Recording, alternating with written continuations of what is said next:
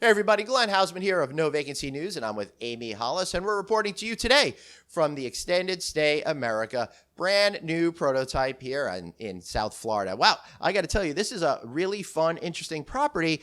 And the thing that's interesting to me is how much time and effort you really took in designing this property in order to think how guests are going to be using the room. Because I know you've got to find the right balance between size and experience to make both guests happy and ownership happy. So tell me a little bit about how you put this room together. I guess maybe a natural place to start is just right here in the closet area. Well, we do have open storage in our rooms. We have folks that stay with us for up to 30 days typically. So they bring a lot of things with them and they stay with us for a long time. So we wanted to give them ample storage space, but not close it off so that they forget things when they leave. So we've taken the doors and the drawers off of some of our storage components, which allows them to see what they brought with them, and it reduces some of our overall cost. And we've done the same thing in the kitchen with our upper cabinetry, so folks can bring things with them and then they can see what they've got to use in the rooms.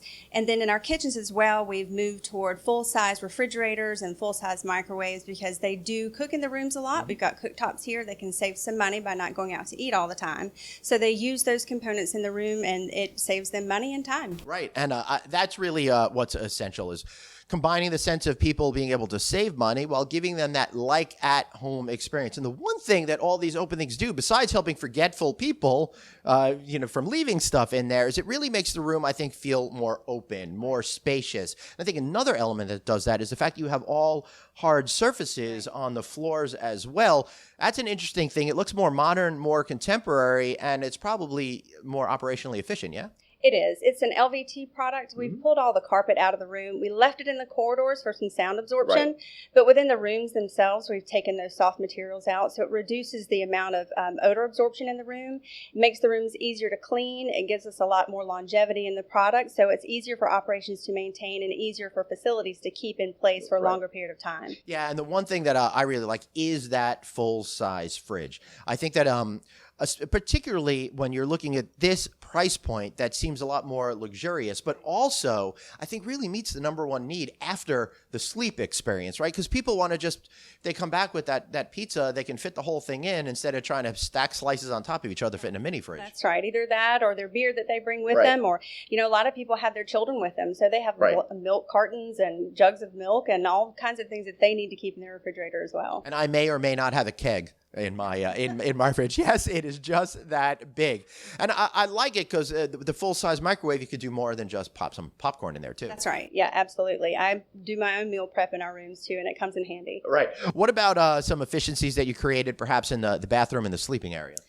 In our hotel prototype, we have a number of different room types. We have a basic queen. We have a king that can be converted to a double queen, and then we also have a third type, which we call our ideal room type, and it's 2 queen beds that has a separating wall between the two. So for our corporate clients that have folks staying in a room together, they're required to do that. It gives them a little bit more privacy and their own sort of space. Right. So, now that sounds ideal. Yeah, it really is.